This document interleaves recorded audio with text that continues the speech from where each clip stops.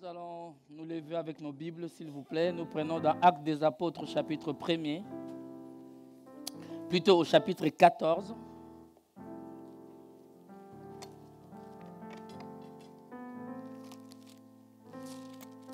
Actes des Apôtres, chapitre 14.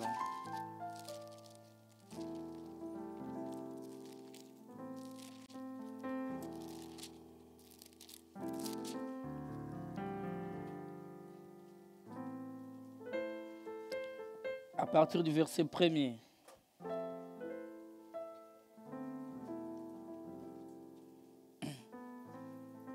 Nous lisons jusqu'au verset 20.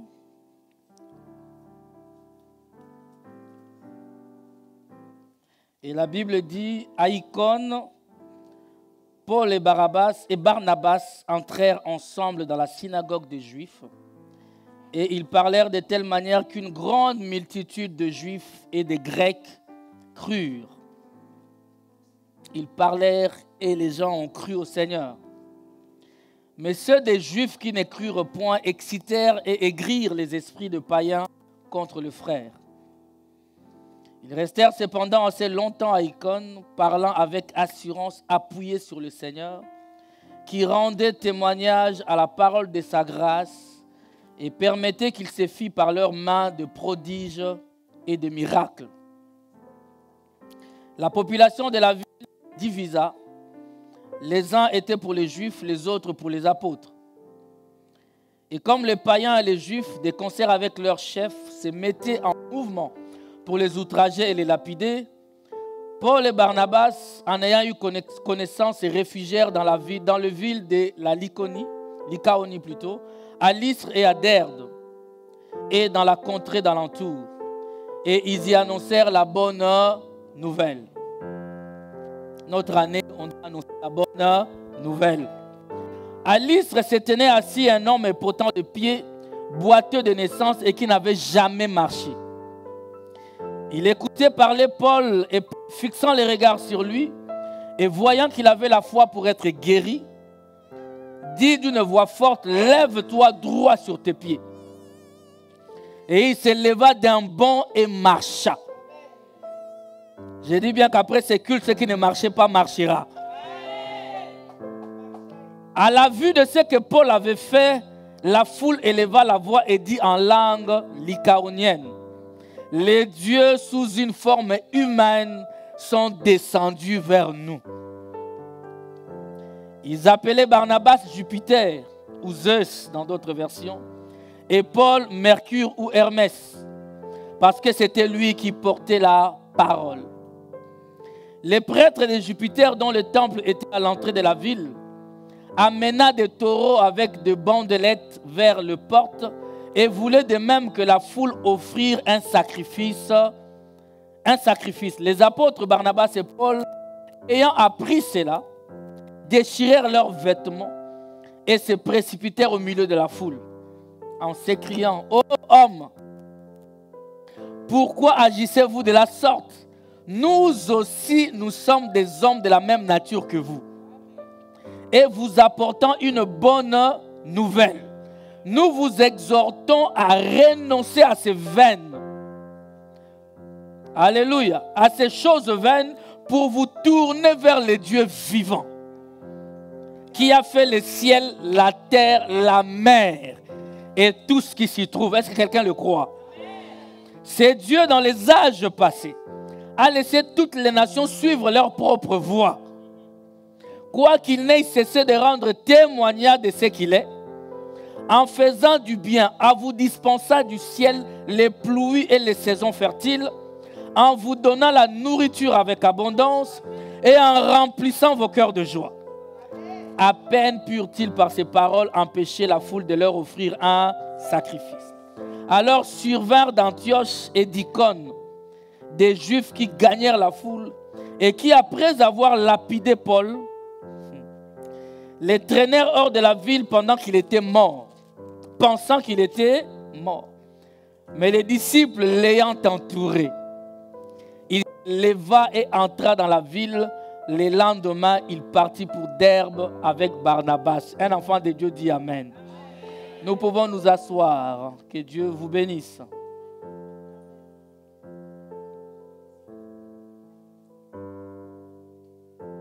Alléluia. Nous avons dit que cette année, nous nous lèvons pour témoigner Jésus. Témoigner qu'en dehors de lui, il n'y a point de Dieu. Bien-aimé, ici à la cité du Dieu vivant où tu es venu ce matin, il n'y a que Jésus que nous élevons comme Seigneur. Alléluia. Nous n'adorons pas un homme. Nous ne célébrons pas un homme. Chaque fois que nous nous réunissons, c'est pour rendre gloire à un seul et unique Dieu. C'est le Seigneur Jésus-Christ. Amen. Est-ce qu'on est d'accord là-dessus? Et pour pouvoir, bien aimé, témoigner Jésus en ces temps de la fin, et d'ailleurs pour pouvoir parler de Jésus, c'est que tu dois savoir. Amen. Il faut d'abord les rencontrer. Amen. Il faut d'abord avoir le Saint-Esprit. Il faut avoir une expérience avec Dieu. J'avais dit que tu ne peux pas aller témoigner Jésus sans Jésus. Ce n'est pas normal que tu ailles témoigner sans que moi je t'aie mandaté. Amen. Nous ne pouvons pas témoigner Jésus sans témoigner. Sans plutôt le rencontrer, car c'est lui le véritable témoignage. Amen. Mais ce que je veux aussi que tu comprennes ce matin, qu'il y a certains traits de caractère que nous avons qui nous empêchent de célébrer, qui nous empêchent de témoigner Jésus. Dis avec moi, loin de moi la timidité.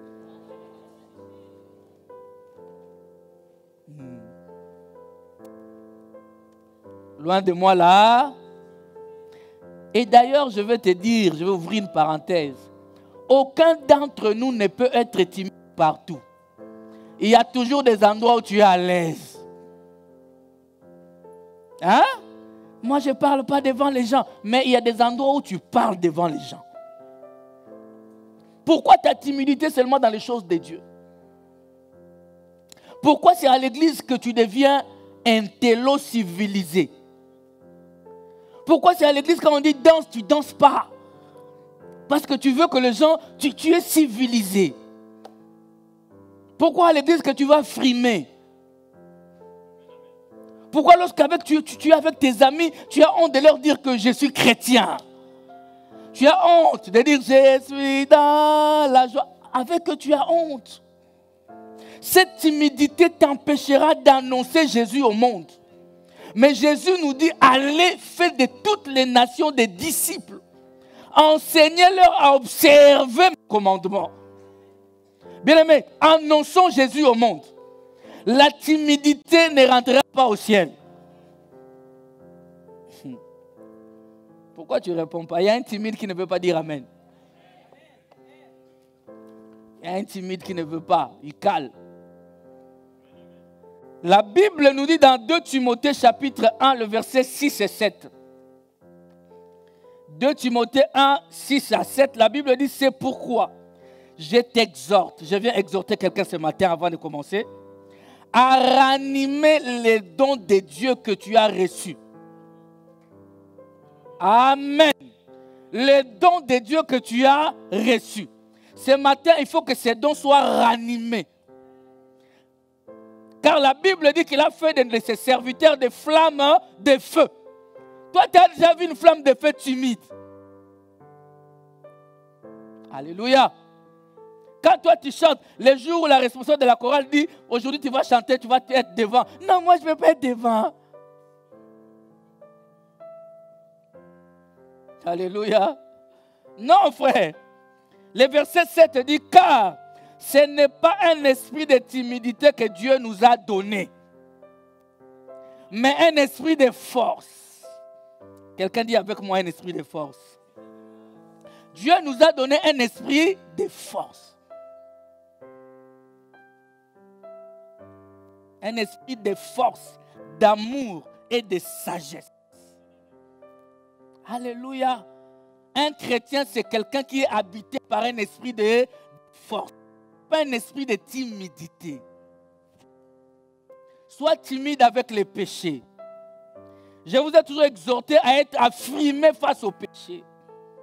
Quand tu es dans un environnement où il y a un péché, je t'ordonne à frimer là-bas. Quand tu es dans un environnement où on danse la musique du monde, ne te lève pas pour danser, frime. Qu'on te critique, qu'on dit, lui, qu'est-ce qu'il croit? Oui, je ne crois rien, je suis enfant de Dieu. Je ne pratique pas ce que tout le monde fait.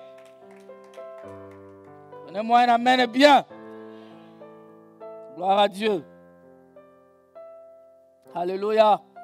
Abat la timidité.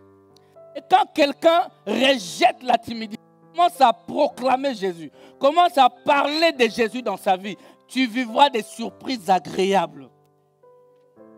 Dans la marche avec Dieu, il y a des surprises agréables. Alléluia. Tous ceux qui se sont levés pour témoigner Jésus, il ne les a pas abandonnés. Amen. Nous demandons tellement de choses à Dieu. Seigneur, j'ai besoin de ça. Seigneur, protège ma famille, protège mon mari, protège mes enfants, donne-moi le mariage. Seigneur, mais toi, qu'est-ce que tu fais pour lui? Ce matin, je viens t'inviter à te lever, à parler de Jésus autour de toi. Tu as fait 5 ans que tu travailles à cet endroit. Est-ce qu'on sait que tu es chrétien? Pourquoi vous êtes silencieux? Ça fait 5 ans que tu travailles dans cette entreprise-là. Est-ce qu'on sait que tu es chrétien?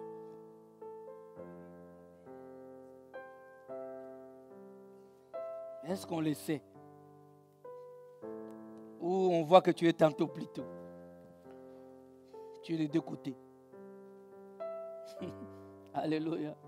On avait vu avec vous que l'apôtre Paul, dans sa marche, il a rencontré la lumière qui était la colonne de feu, n'est-ce pas?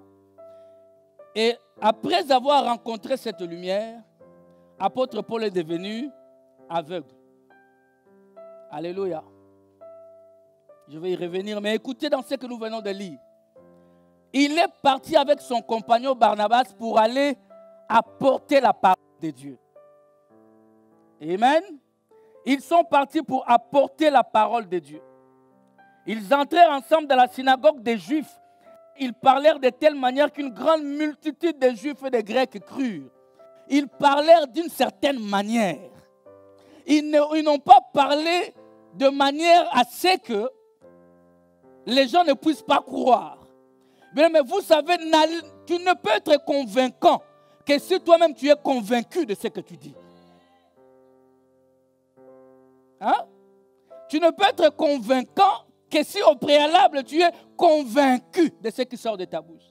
Les gens me disent souvent, pasteur, tu es tellement... Parce que c'est en moi. Alléluia. C'est-à-dire que moi-même, ce que je dis, je le vis. Ça devient une partie de moi. Il prêchait de telle sorte que ceux qui ont entendu, ils ont cru. Ils ont prêché comme Pierre le jour de la Pentecôte. Ils parlaient avec assurance. Ils parlaient avec force et détermination. Donnez-moi un amen, les frères. Et tous les Juifs et les Grecs qui étaient là ont cru. Amen. Mais écoutez, frère, n'attends pas à avoir l'unanimité tout autour de toi. Hein? Même dans ta famille. Il y en a qui vont croire, il y en a qui ne vont pas. Et il y en a qui ne s'arrêteront pas à ne pas croire, ils vont se lever contre toi.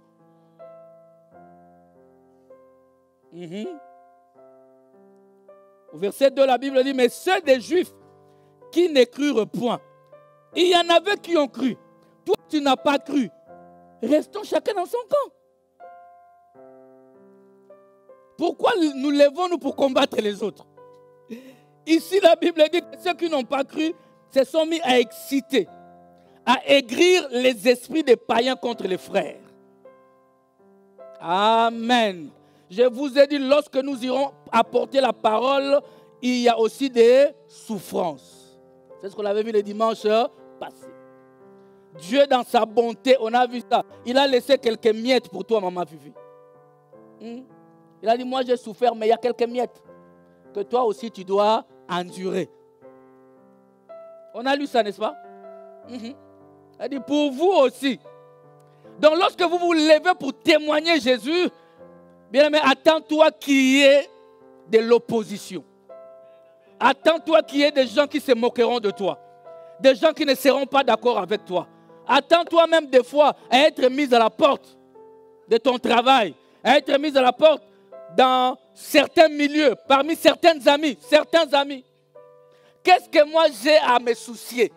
Si pour Jésus tu me chasses, tu ne veux pas de moi, qu'est-ce que moi j'ai à me soucier de toi? Amen. Non, tu vois, on est un groupe d'amis, depuis que j'ai pris, ils ne veulent plus de moi. Tant mieux. Donnez-moi un amen bien, quoi. Tant mieux. Alléluia. Évitons, lèvons-nous avec foi. Peu importe l'adversité, témoignons Christ tout autour de nous. J'avais dit cette année, je ne veux pas voir les gens venir à l'église seuls. Prêche la parole. Prêche la parole. Il y a ton voisin qui te dit tout le temps, j'ai mal au dos, j'ai mal au dos. Prie pour lui. Dis-lui, j'ai un Jésus qui guérit les mal de dos. Ah. Alléluia. C'est la vérité, frère. La Bible dit au verset 3, ils restèrent cependant assez longtemps à Icône, parlant avec assurance. Malgré l'opposition, malgré l'adversité, ils sont restés pour parler de Jésus avec assurance. Ils n'ont pas baissé les bras. Alléluia, frère. Il suffit que quelqu'un te parle mal, tu dis je ne veux plus prêcher la parole. Il suffit que quelqu'un n'accepte pas ce que tu dis. Et d'ailleurs, vous allez le voir, ce n'est pas toi qui convainc les gens. Dieu ne t'a pas dit allez, convainc les gens de me croire. Non, il t'a dit annonce. C'est le Saint-Esprit qui convainc le cœur. Alléluia. Toi, sois seulement avec les gens, parle de Jésus. C'est une sémence qui tombe. Mais c'est lui qui convainc les cœurs, c'est le Saint-Esprit. C'est pourquoi des fois, des gens, c'est moi qui t'ai converti. Oh, comment un homme peut convertir un homme? C'est le Saint-Esprit qui nous convainc du péché. Et qui nous sort de cette atmosphère. Et qui nous lave et nous purifie. Et fait de nous ce que nous sommes. Ça ne peut pas être la gloire d'une personne. Jamais. Jamais. Ils restèrent cependant assez longtemps à Icône, parlant avec assurance, appuyés sur le Seigneur qui rendait témoignage à la parole de sa grâce. Alléluia. Malgré l'opposition, le Seigneur rendait témoignage des paroles qui sortaient de leur bouche. Au point qu'il y a eu des prodiges et des miracles qui s'opéraient. Dis avec moi prodiges et miracles. Mais j'aimerais te dire que quand tu parles de Jésus, il est là. Et quand Jésus est là, il y a des prodiges et des miracles. Alléluia. Je me souviens d'un frère, je vous ai déjà raconté ça. À l'époque, j'allais trop souvent à Matongé me coiffer. De toute manière, j'habitais à côté. J'habitais la maison africaine. Les étudiants, on habitait là. Donc, j'étais voisin de Matongé. À l'époque, la belle époque. Amen. Et je parlais souvent de Jésus à ceux qui me coiffaient, on parlait de Jésus. Moi, ma chambre d'étudiant était devenue une église.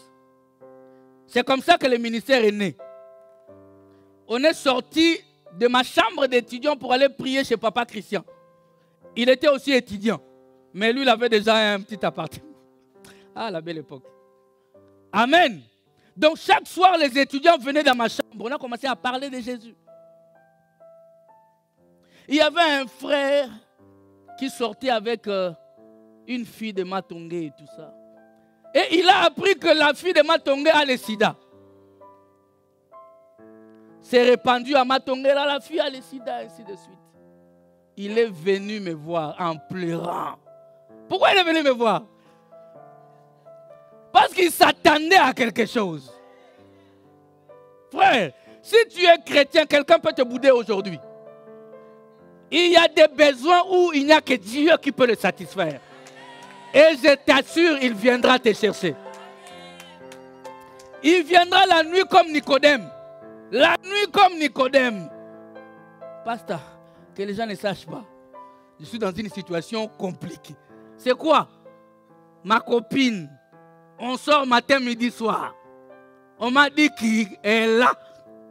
Parce qu'à l'époque, la voir, Alléluia. Je lui ai dit, ben on va prier. J'habitais Golgotha là-bas à Forêt. J'avais quitté Matongé, j'ai commencé à habiter à Forêt. C'était un appartement à la montagne des Sion. C'était la chambre haute. Donc pour monter, quand je t'ouvre pour monter, arriver chez moi, tu perds quelques kilos. Amen. Alléluia. On priait, les frères ne me lâchaient plus. On a fait des veillées.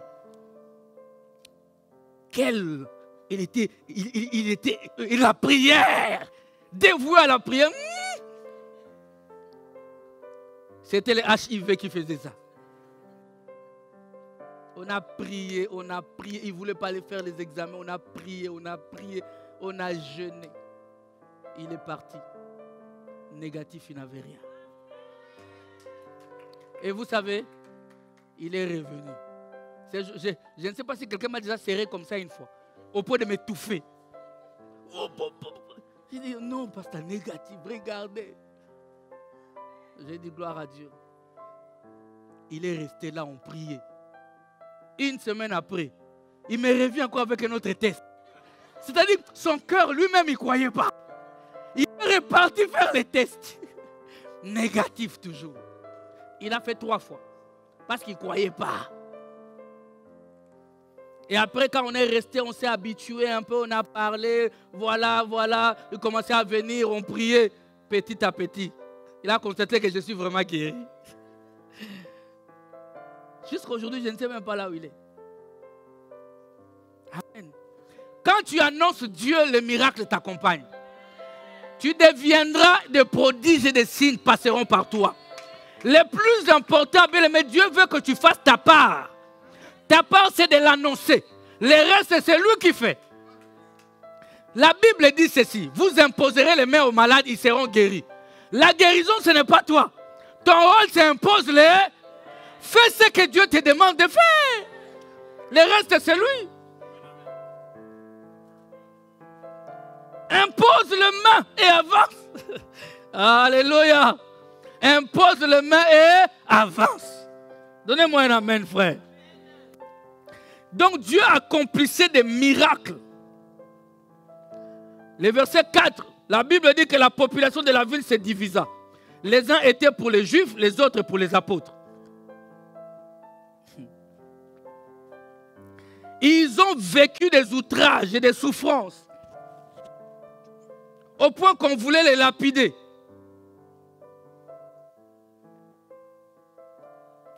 Ce qui fait qu'à un moment donné, ils se sont retirés de cette ville. Alléluia. Amen.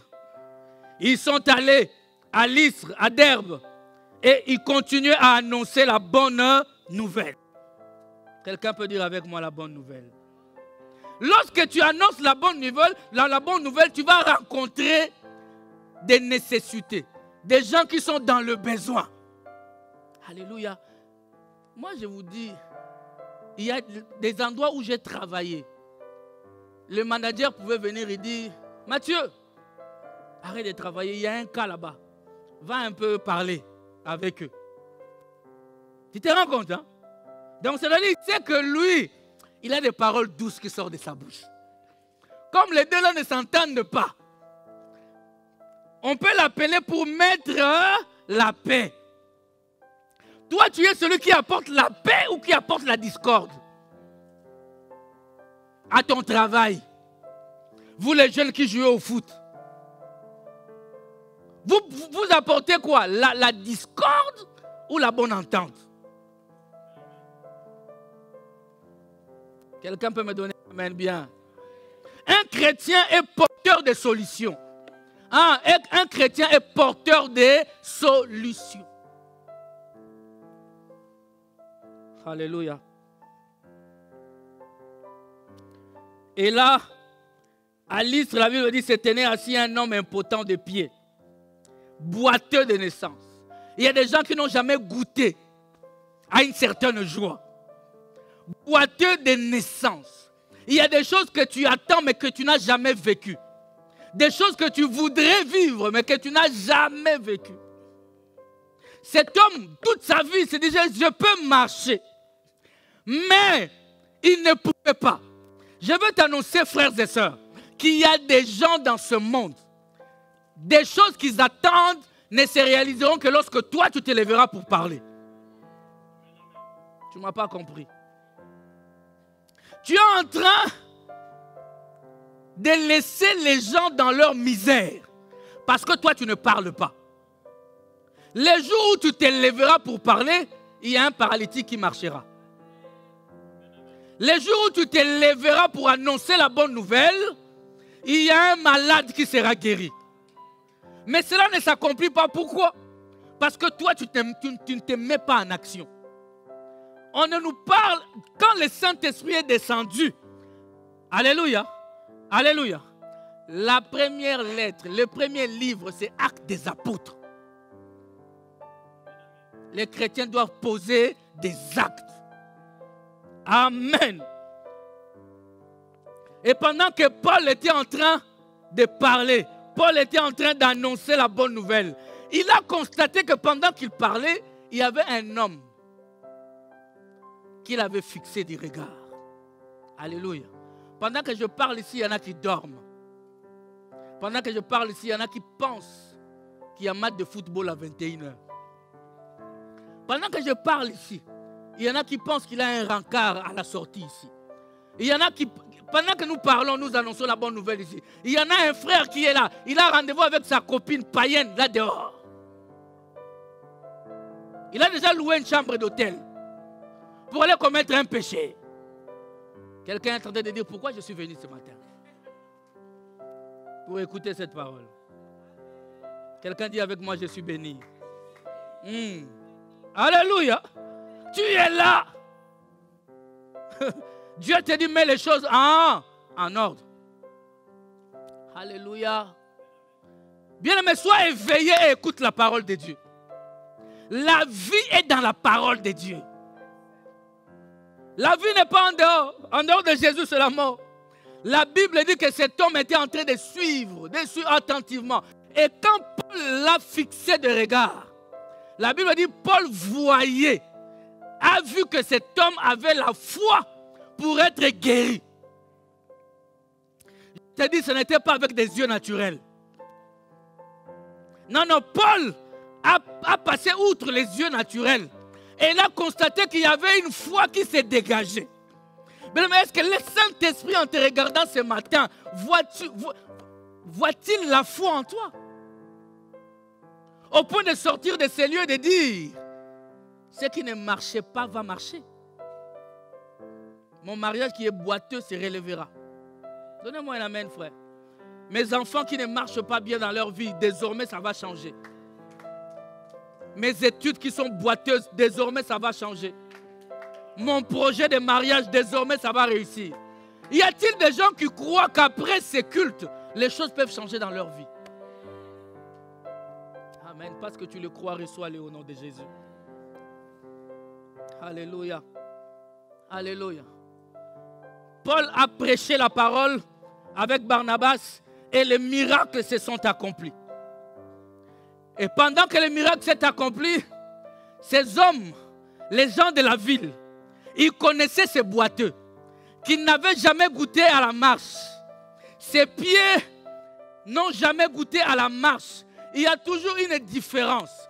J'ai toujours dit, les deux paralytiques, celui à l'entrée du temple avec Pierre et Jean est différent de ces paralytiques avec Paul et Barnabas. C'est quoi la différence? La différence, c'est que celui qui était, alléluia, écoutez bien, écoutez bien. Celui qui était avec Pierre et Jean n'avait pas entendu la parole de Dieu. Lui, il demandait l'argent, on lui a dit, je n'ai ni l'argent ni or à te donner, au nom de Jésus, lève-toi. Mais celui de Paul et Barnabas, lui, il a d'abord écouté la parole de Dieu. Quand il a écouté la parole de Dieu, la foi a augmenté. Y a-t-il des enfants de Dieu ce matin? Sa foi a augmenté. Et la foi en augmentant a produit les miracles. Raison pour laquelle la Bible dit, Paul lui dit, lève-toi, il s'est levé du coup. Mais va lire celui de Pierre et Jean. Il ne s'est pas levé. C'est Pierre qui lui a pris, l'a fait lever en force. Quand tu prêches la parole, cela veut dire, lorsque tu annonces Jésus, des choses vont se dérouler d'une manière différente. Parce que la parole assainit les chemins. La parole ouvre des portes qui étaient difficiles. Mais parce que la foi en toi augmente, les choses deviennent faciles. Donnez-moi un amen, frère. Les choses deviennent faciles. Et les gens se sont écriés en disant, les dieux sous forme humaine. Dis avec moi, les dieux sous forme humaine. Alléluia. Les dieux sous forme humaine sont descendus vers nous. Pour ces hommes-là, ce qui vient de se passer n'est pas humain. Comment est-il possible, par une simple parole, un homme qui n'a jamais marché s'est mis debout? Alléluia. Là, je veux que maintenant, ça c'est le nœud de ce que je veux dire. Hein? Pour ce matin, c'est vraiment ce que je veux que tu partes avec. Alléluia. Alléluia. Tous les hommes qui n'ont pas rencontré encore le Seigneur n'ont pas besoin de l'esprit. Écoutez-moi attentivement. Ils n'ont pas besoin de l'esprit. Ils ont besoin des hommes Dieu. Je ne sais pas si tu m'as compris. Dieu, le salut ne pouvait pas entrer dans le monde si Dieu était resté Dieu esprit. Non, je ne sais pas si on se comprend. Hein? Aussi longtemps que Dieu était Dieu esprit, l'homme n'était pas sauvé. Voilà pourquoi la Bible dit depuis Adam, ils étaient tous dans le séjour des morts. Ces hommes, bien mais laisse-moi te dire que la vie éternelle, c'est quand tu rencontres un homme Dieu. Je vais le développer de toute manière. Jésus est Dieu fait chair. Au commencement était la parole était avec Dieu et la parole était Dieu. Elle a été faite chair. Elle a habité parmi nous plein de grâce et de vérité. J'aimerais te dire ceci. Ce monde, la Bible dit, attend avec un ardent la révélation des enfants de Dieu. Alléluia. Romains chapitre 8 au verset 19. Aussi la création attend-elle avec un ardent désir la révélation des fils de Dieu. Et qui est fils de Dieu? Alléluia. Qui est fils de Dieu? Jean chapitre 1 verset 12. Qui est fils de Dieu? 12, 13, 14. La Bible dit que ce sont ceux qui sont nés, non de la volonté de l'homme, mais de la volonté de Dieu, de l'Esprit. L'Esprit, quand il vient en toi, il fait de toi un homme Dieu. La Bible dit dans le livre de Psaume 82, j'avais dit vous êtes des dieux. Pourquoi Dieu avait dit que nous sommes des dieux? La Bible répond, c'est parce que vous êtes des fils du Très-Haut. Est-ce que c'est clair? Un fils de Dieu est Dieu. Alléluia. Un fils de Dieu est... Si tu n'es pas fils de Dieu, tu n'es pas Dieu. Raison pour laquelle tu dois connaître ton identité en Christ. Alléluia, bien-aimé. Celui qui rencontre Dieu quitte la dimension humaine, il rentre dans la dimension divine. Là où Dieu t'attend pour des prodiges et des miracles. Alléluia. Dieu devait revêtir un corps. Retenez cela, mon frère. Dieu devait revêtir un corps et mourir à la croix. Parce que l'esprit ne meurt jamais. L'esprit n'a pas de sang. Tu es en train de prendre ton sang m'a sauvé. Ce sang-là qui t'a sauvé, sous forme spirituelle, on ne pouvait pas l'avoir. Est-ce que vous me comprenez? Jésus est le salut de l'humanité. Jésus est Dieu manifesté en chair. Et tout celui qui est né de l'Esprit devient aussi l'empreinte de Dieu pour ses contemporains. Est-ce que la foi de quelqu'un est en train d'augmenter là? Et alors, si tu es de Dieu, si tu viens de Dieu, si tu es divin, mon frère, ce que tu dois faire doit refléter la hauteur dans laquelle tu vis. Alléluia! Malheureusement, comme la Bible dit, l'esprit s'étonne. L'esprit s'étonne qu'il y a des esclaves qui sont sur des chevaux et des princes qui marchent comme des personnes quelconques. Donnez-moi un amen, frère. Ah non, tu dois comprendre qui tu es en Jésus. Tu n'es pas n'importe qui. Tu n'es pas n'importe qui.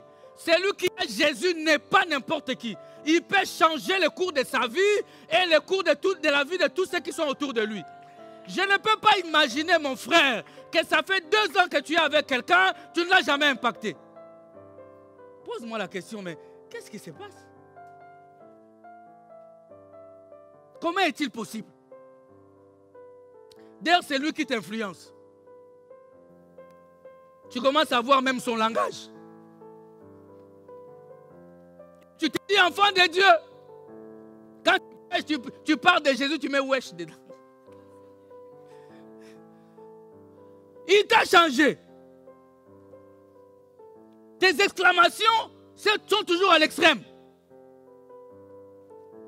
Il t'a influencé. Toi, tu es enfant de Dieu. C'est toi qui dois influencer ton environnement. Oh.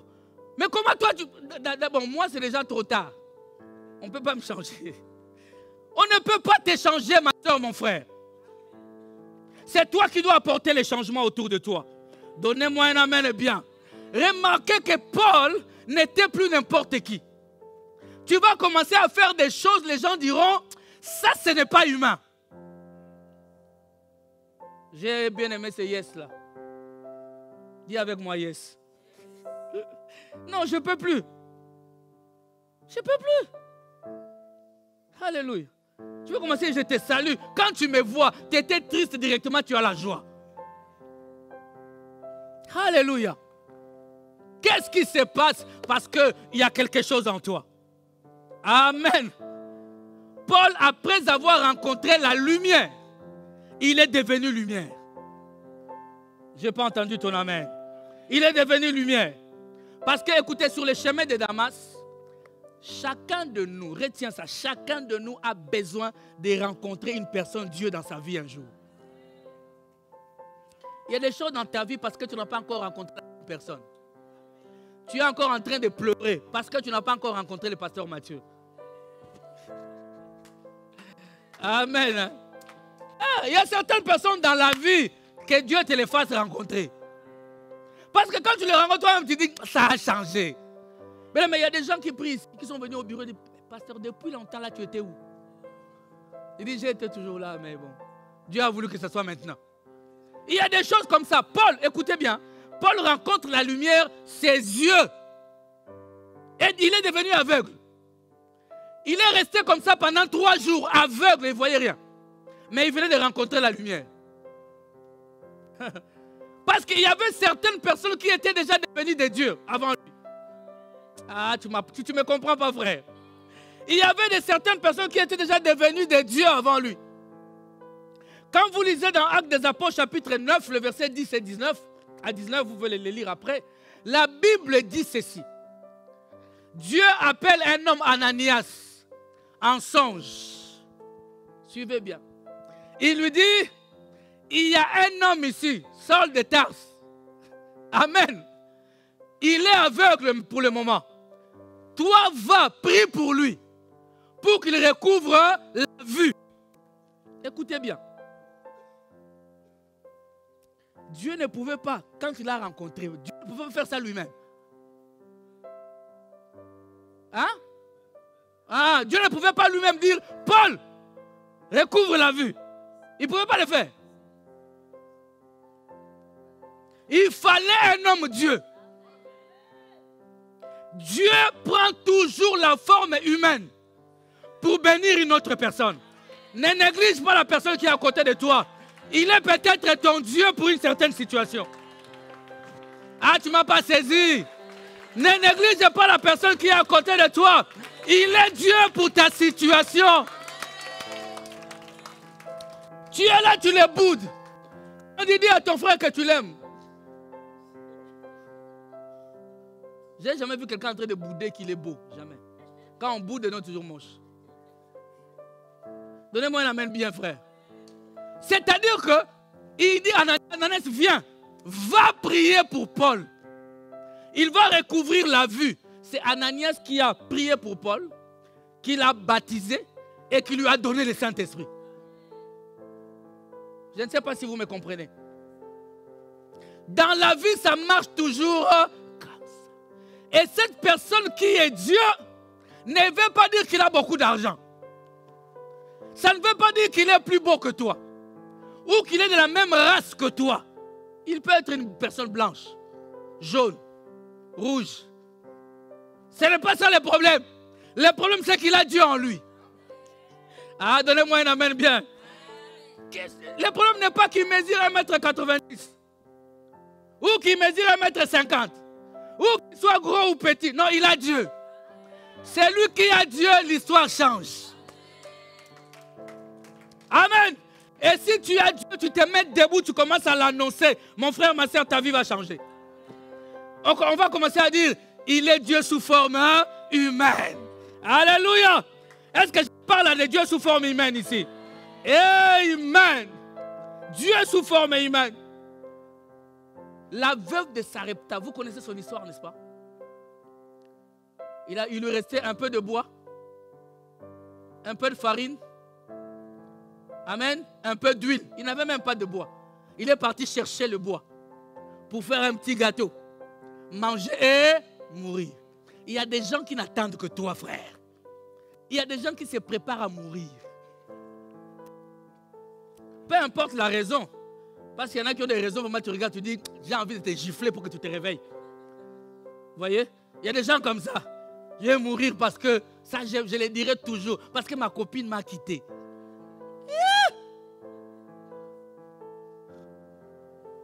Et tu es aussi en train de pleurer, je vais mourir.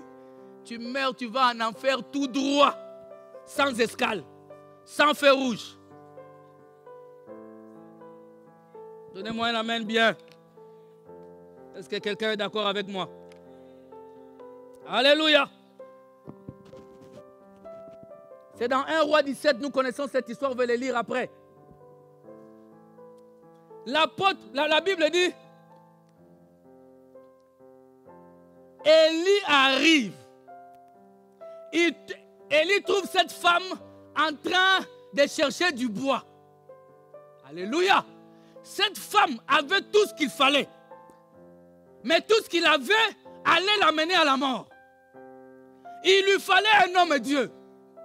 Il lui fallait un homme qui était capable de dire, il n'y aura ici ni pluie ni rosée si ce n'est à ma parole.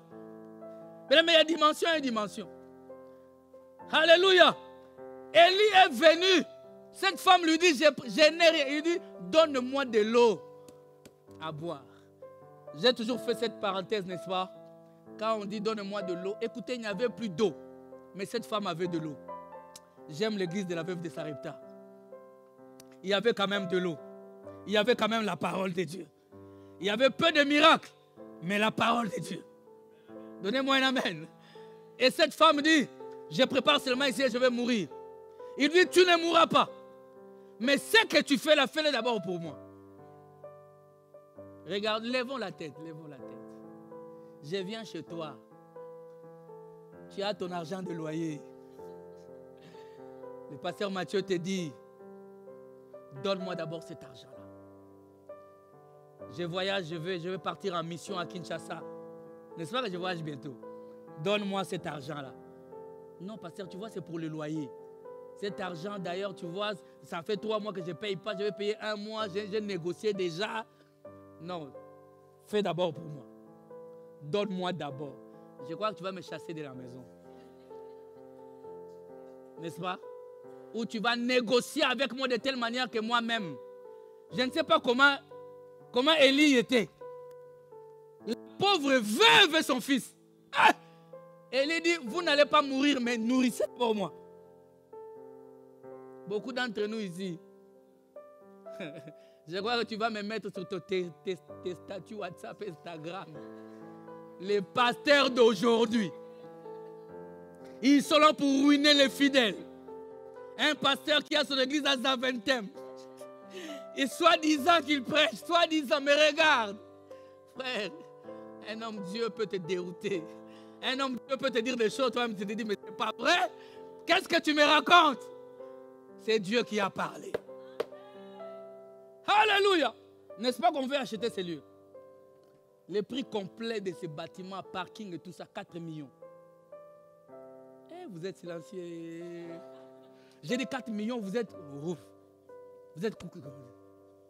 4 millions, c'est rien. Là, on parle de millions, il faut qu'il y ait des millionnaires. C'est normal. Alléluia. Là, on parle de millions. Il faut qu'il y ait des millionnaires alors. Vous voyez que Dieu... On s'est regardé avec ma femme, on s'est dit, mais Dieu aussi.